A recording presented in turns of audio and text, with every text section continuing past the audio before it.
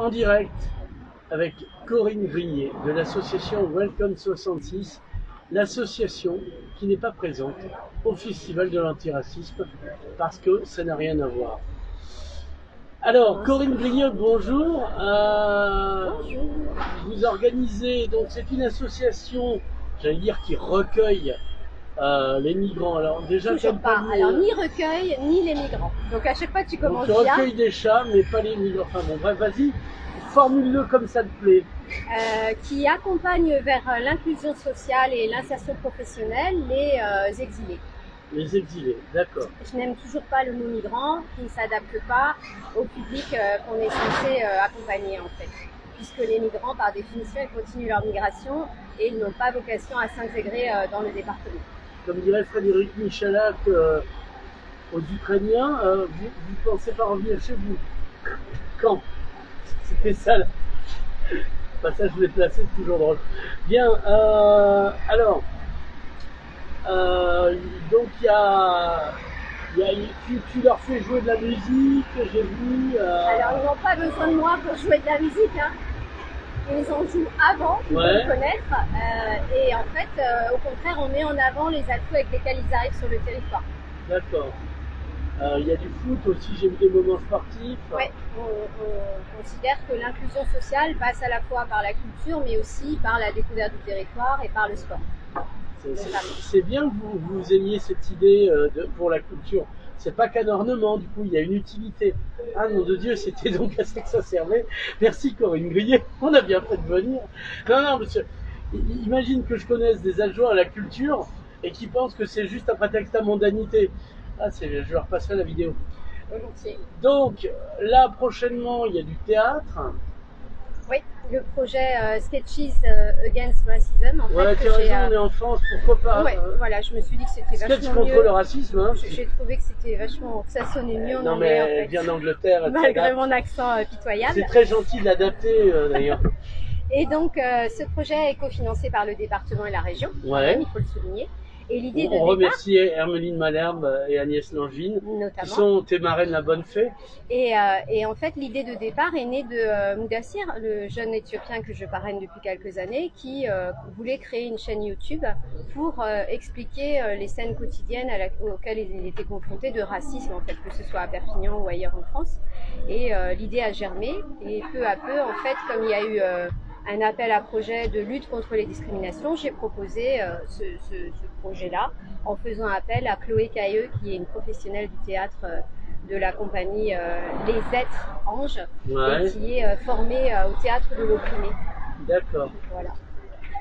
Alors c'est quoi le théâtre de l'opprimé? Alors, le théâtre de l'opprimé, c'est une méthode en fait que Augusto Boal, un metteur en scène brésilien, a créé dans les années 70 pour donner la parole aux opprimés en fait. Et il considère que le théâtre fait partie des outils indispensables pour les encourager à s'exprimer. C'est-à-dire que lors de la pièce de théâtre, il va inviter les spectateurs à devenir spectateurs en modifiant, le cours des choses en fait. Et donc c'est super intéressant de le voir. On a déjà fait une représentation le 7 mai et on en fait une autre samedi 2 juillet au théâtre de la Complicité avec cette même méthode. Chez Saïd Bekti. C'est ça. Alors, on nous accueille pour la deuxième fois. 39 rue des Rois de Majorque. D'accord. Et c'est à 14h, ouverture des portes à 13h30. Alors, tu nous as amené 2 acteurs. Ouais, oui, alors... en résumé, en fait, il y a 16 acteurs sur cette représentation-là, donc dont 11 nationalités différentes, en fait, 12 exilés et 4 citoyens locaux qui ont envie de faire partie du projet. Et parmi nous, aujourd'hui, on a Norin et Rodney, alors qui ont participé à la première session, et Norin a souhaité continuer pour la seconde. Voilà. Et ils en parlent beaucoup mieux que moi. Ce pourquoi. Et là, elle est contente de se débarrasser du bébé. Lancez-lui une bouée, attrapez le micro au vol et répondez aux questions. Donc, qui est l'un, qui est l'autre, qui est Rodney, Et vous êtes jumeaux? Oui, on est jumeaux. Voilà, donc, parce que vous avez des coiffures différentes pour pas qu'on se trompe. On est l'un et l'autre, on est l'autre et l'un. Ouais, voilà. Moi, et vice versa. Vice versa. Toi, c'est Nora. Moi, c'est Nora. Et lui, c'est Rodney du coup. Bien sûr, oui. Nora tombe à l'eau, qu'est-ce qui reste? Rodney et inversement. Et ouais, inversement. Alors, racontez-moi un peu votre parcours. Vous nous venez d'où à pied? C'est loin. Ah bien, on vient du Congo-Brazzaville, Ouais. pas forcément à pied, Oui. on est venu dans les airs, oui. Et on a accepté de participer à ce projet contre le racisme parce que c'est un sujet déjà qui nous tient à cœur. Ouais. C'est un sujet dans lequel on se sent investi. Ouais. Et c'est aussi quelque chose qu'on a vécu. Donc, autant directement et indirectement.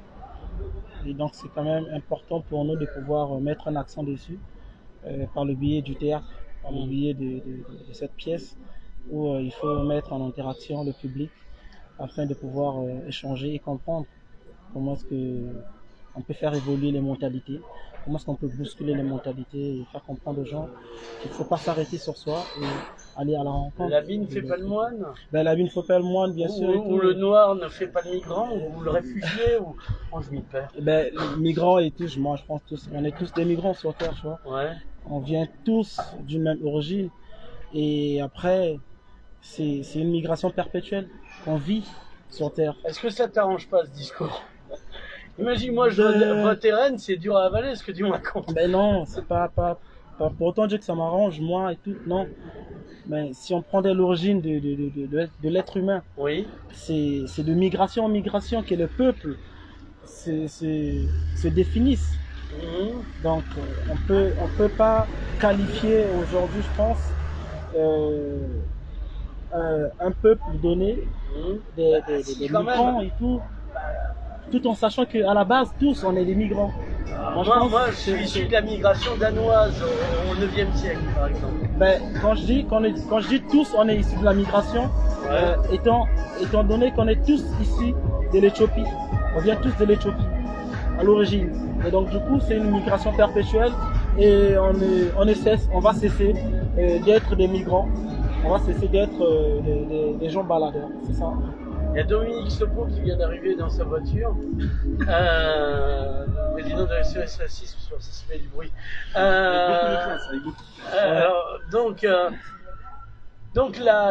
Mais racontez-moi votre parcours. Tu me diras, si toi tu me le racontes, il n'aura plus à rien dire parce que vous étiez tous les deux. Donc, mais si vous l'avez pas vécu, pourquoi vous avez quitté le Congo? Alors, sur ce qui est de notre parcours, c'est vrai que de façon générale, on a un parcours en commun. Je veux dire, on partage pratiquement une majeure partie de notre vie. On a partagé une majeure partie de notre vie ensemble. Quand je parle d'une majeure partie de notre vie ensemble, sur le plan scolaire, sur le plan artistique, on mêle les activités ensemble, en binôme. Et ce qui a fait qu'on puisse quitter le pays, c'est justement une question qui est trait à la politique. On est des jeunes artistes engagés et activistes également, étudiants. Du coup, on prend position dans notre art. Et c'est presque connu de tous. Lorsqu'on prend position dans une démarche artistique, dans n'importe quel pays, de façon générale, mais en particulier dans les pays africains, qui ont du mal à développer le concept de la démocratie, qui ont du mal... La liberté d'expression. Exactement, en particulier la liberté d'expression, ça porte tout de suite préjudice. Et ça demande aux gens qui ne veulent pas, ou encore qui sont fatigués de subir le martyre, de soit quitter le territoire pour se retrouver ailleurs afin de développer, de continuer à développer leur art. Alors, vous étiez artiste en quoi? Parce que là, je vois une guitare, c'est peut-être un indice, mais s'il faut, t'es peintre, et c'est plus sympa de se balader avec une guitare qu'un pinceau. Alors, on n'était pas, on continue, on est toujours artiste. Ah mince. Moi, j'aurais arrêté, hein. Alors, on est artiste... on se définit comme artiste pluridisciplinaire, parce qu'à la base, on est rappeur, slammer. On fait également... Ça tombe bien, Perpignan, c'est la patrie du rap et du slam, donc vous êtes bien tombé, quoi. On espère bien, on espère. Louis Alliot, lui-même, rap et slam dès qu'on a le dos tourné. Donc après à ça, on ajoute également le chant, la musique de Ouais. façon générale, puisque la présence de la guitare peut en illustrer, et également l'art de la performance. Mhm. Donc C'est-à-dire, parce que ça, en art pictural, ça peut être autre chose. Donc, qu'est-ce que ça donne en vrai? l'art de la pratique Ouais. de la performance, c'est pour nous particulièrement, on utilise ce que nous avons d'abord comme base artistiquement et culturellement, Mhm. et on met en action notre corps. On met en Ouais. action notre corps. D'accord. On soulève également des sujets qui interpellent notre quotidienneté, en particulier ce que nous avons vécu au Congo Brazzaville. Donc, vous écrivez des textes. Bien évidemment, on écrit des textes. Alors, c'est quoi le texte qui vous a valu de devoir partir parce que vous aviez oublié vos clés à Perpignan? Alors le texte, il n'est pas, on ne va pas dire que c'est un seul texte, Ouais. c'est plusieurs textes. Ah, quand même, parce Et, que récidive en plus. Bravo. Ouais, c'est pas à cause d'un texte Ouais. que, on va dire, un régime va t'en vouloir. Ouais. C'est Je sais, hein, je comprends. c'est vraiment toute une démarche. Et le régime, il suit de près les activités, s'il faut le dire, Au culturelles et moins, artistiques si qui t'as sont un faites au pays. spectateur, t'as au moins le régime, ça c'est bien, tu vois. Même si c'est pour mal regarder. Même Ouais, si c'est- voilà, le tout c'est de venir, c'est le geste. Oui, évidemment, il y a beaucoup de textes. Il y a Nègre Écriture, qui est un Mhm. texte qui dénonce. C'est vrai que c'est un texte qui s'adresse aux colonisateurs, Mhm. mais également Tu sais qu'on est parti. Oui, C'est les capitalistes qui sont restés, mais nous on est parti. oui, mais il faut, il y a le néocolonialisme, et il faut se dire aussi que la collaboration entre les colonisateurs, c'est vrai Mhm. qu'ils sont partis, les colons, ils sont partis, Mhm. mais il y a la perpétuelle collaboration qui s'effectue entre les politiques actuelles africaines, en particulier, moi je parle du Congo, dont j'ai la parfaite maîtrise, en Mhm. quelque sorte. Tu sais que c'est plus simple d'acheter les dirigeants que le peuple. C'est pour ça qu'on achète les dirigeants. Bien évidemment, et le peuple en souffre énormément. Bah, tu sais que nous c'est pareil, hein, on est tous noirs dans cette histoire. Même si c'est un peu la douleur n'est pas comparative, on va dire. On travaille pas autant. Ça, Oui, justement. Donc je disais, il y a Nègre Écriture, un texte qui dénonce un peu cette collaboration mhm. entre les politiques occidentales et les politiques africaines, en particulier les politiques congolaises. Mhm. On va dire, on va pas mâcher le mot, un fiasco qui. Ça dépend pour qui. Ceux qui touchent les bénéfices, ils trouvent que c'est réussi. Ben, On se mettre à la place des riches de temps en temps. Ça reste un fiasco, puisque quand le peuple se soulève, quand le peuple dit déjà non à ce qui se met en place, ça reste un fiasco. Donc c'est pratiquement en 3 décennies que le président actuel du Congo Brazzaville, Alors c'est qui? Denis Sassou Nguesso, Ah voilà. et c'est ça, le régime il n'est pas. L'opinion internationale dit que le régime il est autoritaire, mais c'est un mot pour adoucir Donc on fait du les commerce cœurs. autoritaire. Le régime n'est pas autoritaire, Ouais. il est dictateur, c'est un régime de dictature. Mhm. On ne veut pas fustiger certainement. Vu les investissements qu'on a là-bas, oui, ça serait con, je veux dire, à un Ben moment oui, donné. dire que c'est un régime de dictature, mais Ça nous a coûté pour la Russie, alors si en plus il faut se fâcher avec les dictateurs africains, dire non, et on n'a pas les moyens économiques, voilà. ah ouais. Donc c'est ça. Et il y a aussi pas seulement des textes, mais il y a aussi des travaux de performance qui sont autour duquel on dénonce, mais vraiment un travail par exemple que j'ai construit autour d'un drame qui s'est passé en 2012 au Congo. C'est donc l'explosion d'un régiment blindé. Au final, on n'en saura jamais réellement, on ne va jamais connaître la vraie version de cette histoire, mais ce qu'on sait, c'est les conséquences que ça a entraîné.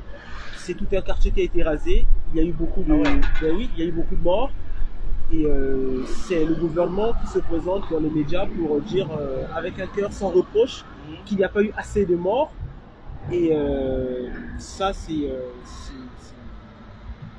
vraiment quelque chose qui a marqué la population congolaise.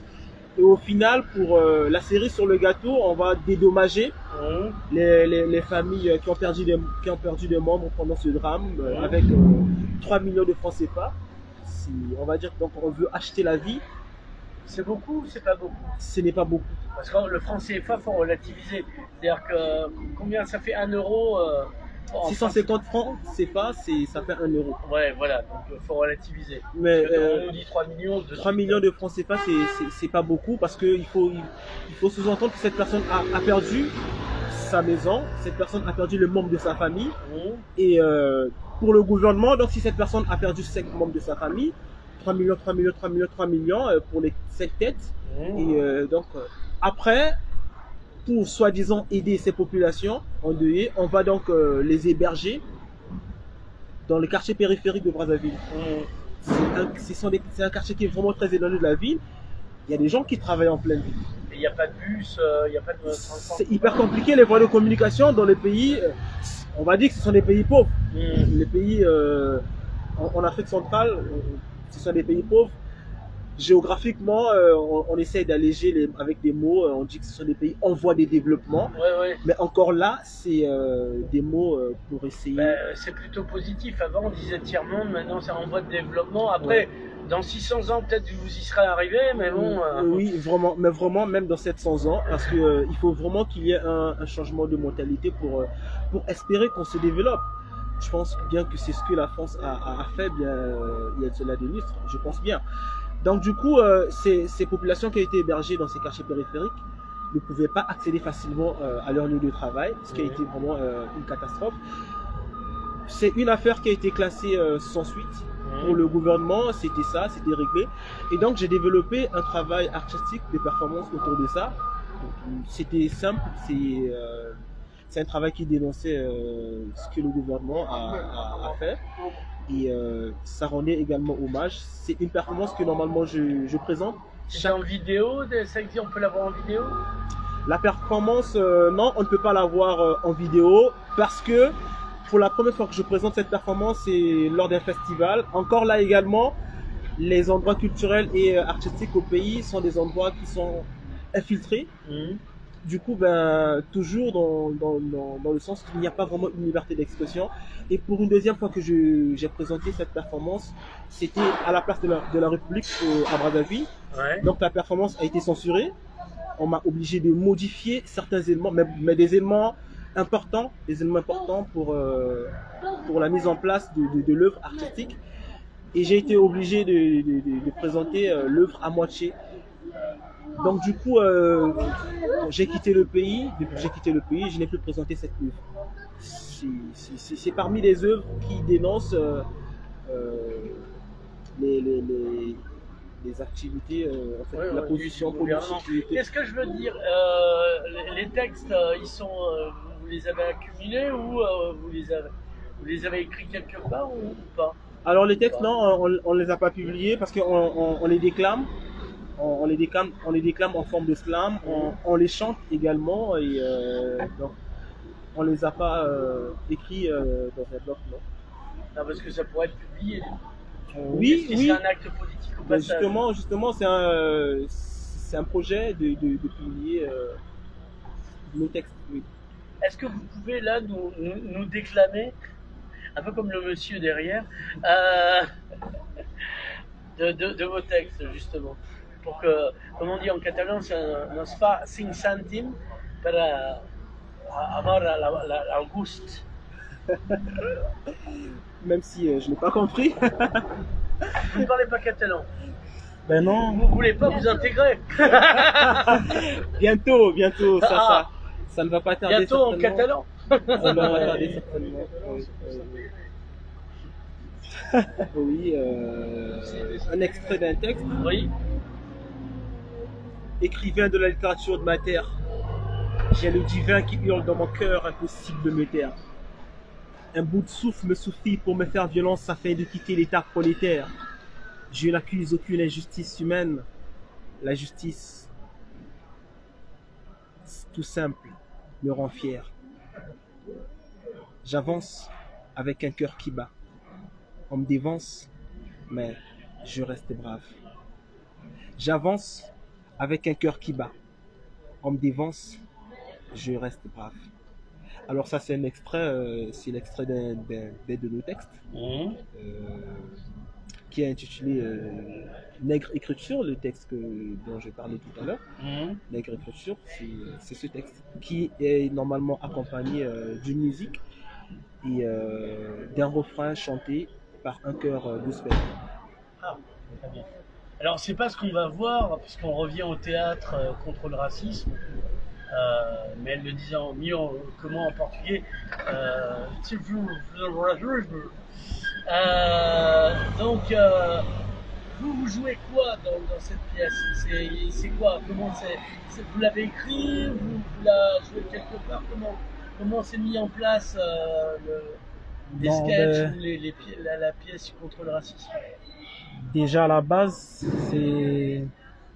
c'est un théâtre forum, où, dans lequel on part sur l'idée de mettre en scène des vécus, de mettre en scène des histoires réelles qu'on a vécues.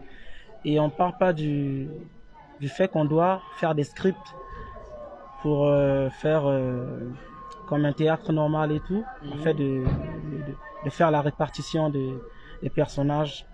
Par contre, on essaie de reconstituer les événements vécus par des tierces personnes et les mettre en scène.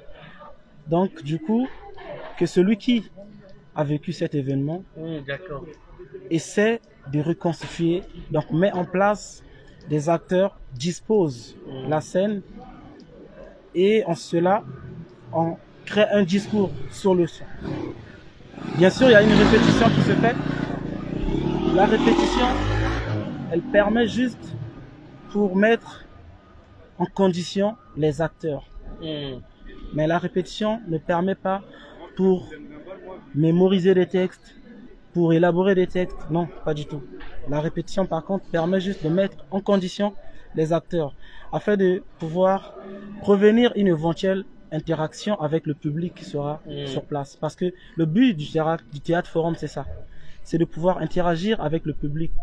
Qu'on invite le public à rentrer dans la scène, qu'on invite le public à rentrer dans la situation et d'apporter, selon son approche, selon l'angle de vue qu'il a, d'apporter une solution donnée, de rendre la situation meilleure.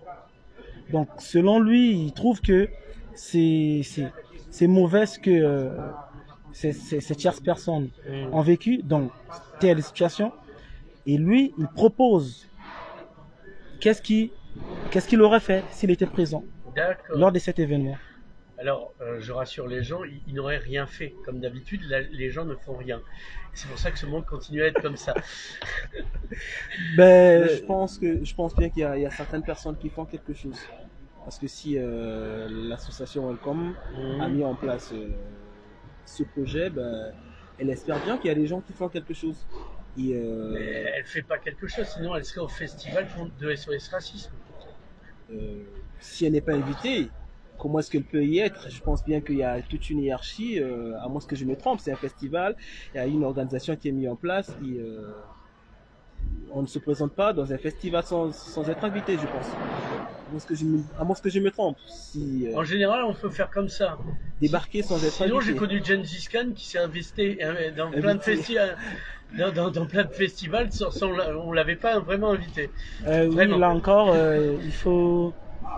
C'est une autre approche. Gengis Khan, c'est une autre approche. Oui, c'est une approche différente. Et je sais pas, en théâtre, c'est un peu difficile de s'investir dans cette approche, mais je dirais en rap, je sais pas, en slam, en musique, c'est une approche qui passe où tu peux débarquer sur une scène comme ça et faire un speech, faire un discours, quoi. On appelle ça de la gîte propre. Oui, ça. On m'a pas invité, comme dirait Gengis Khan, mais je vais slammer comme ça, sur mon cheval avec mon arc. Oui, ça par contre, ça peut le faire, donc tout. Et c'est en fait dans ces contextes que j'ai trouvé ça assez intéressant. Donc, le projet à la base que Welcome 66 a mis en place, de pouvoir donner la parole aux gens, À toutes les personnes, parce qu'il y a aussi des citoyens locaux qui participent à ce projet, donc on griffe les Français et tout. Ouais, donc vous n'êtes pas à part, quoi. Les gens se mélangent. Mais justement, Oui, c'est on ça se le but. mélange, c'est ça le but. C'est ça le but de c'est- pouvoir, de pouvoir créer une mixité, de permettre aux gens de se ressembler. Et mais justement, on se ressemble même si on Et c'est un arrive. jumeau qui dit ça. Pas qu'avec mon jumeau, hein, je vous rassure. Le but, c'est de pouvoir dire aux gens que bah, c'est pas parce que tout à l'heure vous parliez bah, de couleur de peau et autres. Et, C'est tout à- ça par hasard, hein, bah, moi. tout à l'heure, Corinne refusait également et refutait catégoriquement Oui. le mot migrant. Ouais. Et elle a préféré utiliser exilé, ben, bien sûr. Et toi, tu dirais comment, du coup? Justement, je ne peux pas aussi utiliser. C'est vrai que certains politiques ou encore d'autres personnes vont Parce que les mots sont importants. Oui, Elle ben a oui, raison ben oui. d'insister. Bon, elle se trompe sur les mots, mais elle a raison d'insister sur la sémantique. Ben, je pense qu'elle ne se trompe pas. Je pense qu'elle ne se trompe pas parce qu'être là dans, dans cette vision d'accueillir des humains, je pense bien que c'est le mot qu'il faut simplement. Tout simplement, ben, elle accueille des humains, elle accueille des personnes pour les accompagner administrativement dans une insertion sociale, culturelle et autres. Je pense que le mot humain est meilleur que tout autre mot des mots qui vont être, je ne sais pas, nommés par l'Académie française comme ça, dire migrant, parce que C'est pas l'Académie française, malheureusement, qui nomme ce genre de catégorie, mais les c'est plutôt les politiques. Ben oui, Et comme ils sont un peu analphabètes, du coup, c'est un peu pâteau dans la nomination. peut-être qu'ils ont tellement trop étudié et après ça. Non, faut pas exagérer. T'as raison d'être poli, mais moi je les connais. Hein. T'emmerdes pas, quoi, tu vois. Et donc c'est ça en fait le but, c'est de pouvoir rassembler les humains et les faire comprendre que ben, humainement on a tous les mêmes valeurs. On a tous les mêmes valeurs et Tu veux dire que tu as les mêmes valeurs que Louis Alliot? Ben oui, c'est une évidence. C'est une évidence. Puisque la culture que j'ai, Ouais. Ce n'est pas la même culture que La tienne. que la personne que je vais rencontrer ici a. Je pense bien que c'est vrai que j'aurais besoin de la culture. J'ai besoin de m'intégrer dans la culture française. Mais également, j'apporte à la culture française quelque chose. Parce que je ne débarque pas comme ça en abandonnant totalement ma culture. J'ai envie de dire qu'il y a une politique des chances qui se met automatiquement en place. Dialectique qui se met en place. Ben oui, forcément, parce qu'il faut arriver à échanger, il faut arriver à donner et à recevoir. Et je pense bien que le projet, ce projet qui contribue à la lutte, qui contribue pour moi, je trouve que ça contribue mais vraiment à faire changer les mentalités, à faire changer la vision, non pas seulement des politiques, mais aussi. Encore faut-il qu'ils viennent. Même s'ils ne viennent pas, je pense bien qu'ils suivent tout ce qui se passe. Ils ont un œil partout, il me semble, non? Ça, non, on n'est pas au Congo. Maintenant, le politique ne surveille pas ici autant. Peut-être pas surveillé. On a fermé les renseignements généraux, c'est pour ça que je me ferme. Peut-être pas surveillé, mais je pense bien que je pense que ces genres de projets ont un écho. Et l'écho, lorsqu'il est humain, lorsqu'il est humainement bien porté, il atteint même les gens qui ne veulent pas. Et pour ça, moi, je suis persuadé que tout le monde est touché qu'on ne le veut pas d'une manière ou d'une autre. Tout le monde est touché par le fait que une personne de couleur est interpellée et à cause de sa couleur de peau, les situations que nous avons vécues. C'est ça qu'on met en scène et c'est pour justement faire comprendre aux gens que c'est atroce, quoi, c'est dégradant, c'est justement pas humain. Oui, mais les Ukrainiens dans tout ça. Les Ukrainiens dans tout ça, les Ukrainiens, avant de vouloir répondre profondément à la question des Ukrainiens, j'ai envie de dire, avant les Ukrainiens c'est récent, mais toute l'Afrique dans tout ça. C'est une question qu'on doit se poser de façon perpétuelle, j'ai envie de dire, toute l'Afrique dans tout ça. Des millions des décès en RDC dans tout ça. Le génocide du Poul, de l'ethnie Lari au Congo dans tout ça, entre 97 et 98. Et il y a beaucoup de situations.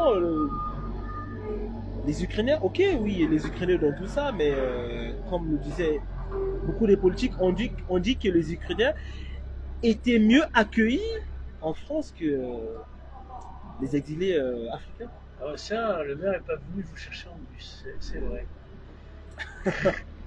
Alors, on va se retourner vers Corinne Grillet qui va nous rappeler les sites, les lieux, où on retrouve tout ça. Alors c'est quand déjà? Alors c'est samedi 2 juillet au Théâtre de la Complicité avec une ouverture des portes à 13h30 et le démarrage de la représentation à 14h. Après cela, puisque le projet a été filmé pendant 4 mois, ça donnera lieu à des films, des vidéos qu'on essaiera de diffuser pour atteindre un large public. Alors vous allez réussir, je vous connais, vous n'êtes pas ici. Probablement. Car comme disait Yoda à Luke Skywalker, n'essaye pas, ne le fais pas, fais-le, et il n'y a pas d'essai. Fais-moi confiance. Est-ce qu'il y a une page internet où on peut vous retrouver? Welcome si on a trouvé ces garçons charmants, est-ce qu'on peut les rencontrer quelque part pour discuter avec eux, etc. Alors, ils donnaient un atelier de poésie aux autres demandeurs d'asile et aux bénévoles qui en avaient le souhait pendant quelques semaines. Là, on va faire une pause un petit peu pendant l'été parce qu'ils sont justement en résidence. Ils préparent un spectacle qui s'avère passionnant. Et en dehors de ça, nous, on a intégré les locaux du Secours catholique à la Maison des Fraternités Romarins depuis le mois de février. On est hébergé généreusement et on assure des permanences. C'est au parc? Non, c'est pas au parc. Non, c'est rue des Romarins, ah oui, d'accord. à Saint-Martin. Voilà. Tout simplement. Et on assure des permanences tous les lundis et les jeudis. Et donc, ils sont souvent par là, parmi nous, avec d'autres exilés qui apportent aussi des atouts pour le territoire, que ce soit en musique, en langue française, en sport, etc. Corinne Grillet, merci. Est-ce qu'il y a une page internet? Alors, il y a un site internet welcome66.fr et autrement, vous pouvez nous suivre sur le Facebook welcome66. Corinne Grillet, Noah, Rodney, merci beaucoup. Merci.